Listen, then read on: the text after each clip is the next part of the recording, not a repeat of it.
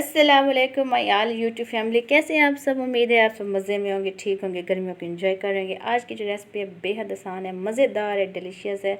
और चलते हैं रेसिपी की तरफ। अगर आप मेरे चैनल पर न्यू हैं, सब्सक्राइब नहीं किए तो सबसे पहले सब्सक्राइब कर लें। बेल आइकन को ज़रूर प्रेस करना है ताकि हर न्यू आने वाली वीडियो का नोटिफिकेशन आपको मिलता रहे। चलते हैं अब रेसिपी की तरफ और मैं आपको बताती हूँ ये रेसिपी कैसे बनाई है। बेहद आसान मज़ेदार बनने वाला है ये सेब का मुरब्बा, और मैं इसको यूज़ करती हूँ नाश्ते में। आप इसको ऐसे भी खा सकते हो, आपकी अपनी मर्ज़ी है। जैसा कि सीज़न चल रहा है, एप्पल हर तरफ एप्पल ही एप्पल होते हैं, सेब होते हैं। चलते हैं और इस तरह से हमें लेने हैं। मैंने आधा किलो सेब लिए हैं, उनको इस तरह से कुछ धोश हो के उसका छिलका उतार दिया है। छिलका उतारने के बाद मैंने इसमें कट लगा दिए हैं। और आप चाहें तो इसकी कोई भी शेप दे सकते हो, क्यूब्स की शेप दे सकते हो, या आप पूरा एप्पल भी आप ऐड कर सकते हो। तो मैंने पूरा एप्पल भी ऐड नहीं किया और इसी तरह से कट लगाए हैं। और कटिंग के बाद मैं आपको दिखा, मज़ीद कट कर दिए हैं, छोटे छोटे कट कर दिए हैं। बहुत अच्छी रेसिपी है और मैं हमेशा मुरब्बे बनाती रहती हूँ, और सोचा आपके साथ इस रेसिपी को मैं शेयर कर लूँ। इस तरीके से कट कर लें। और अब मैं आपको बताती हूँ, इसका बनाना भी बहुत ही आसान है।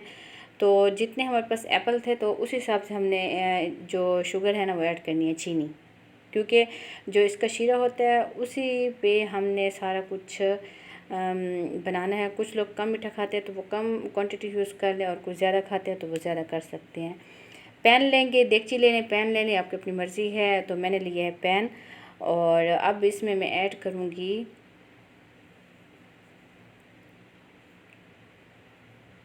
और फ्लेम को हमने ऑन कर दी है। अब मैं इसमें ऐड करूँगी शुगर। ये हमारे पास आधा किलो थी।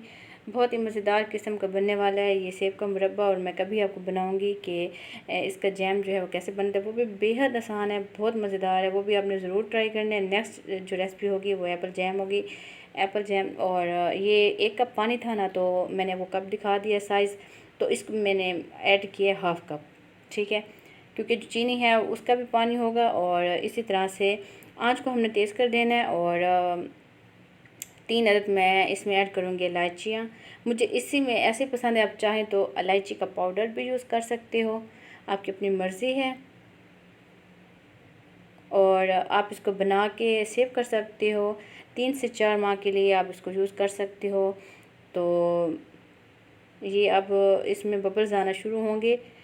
ये देखिए बबल्स आना शुरू हो गए हैं, तो शीरा भी हमारा गाढ़ा होने लगा है। तो मैंने ये टोटल बनाए हैं 20 मिनट में।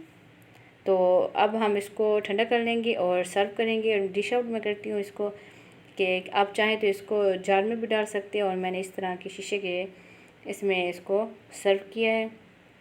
दुआ में याद रखिएगा। मिलेंगे एक और अच्छी सी और न्यू वीडियो के साथ, तब तक के लिए आप मुझे इजाज़त दें। थैंक यू, अल्लाह हाफिज़।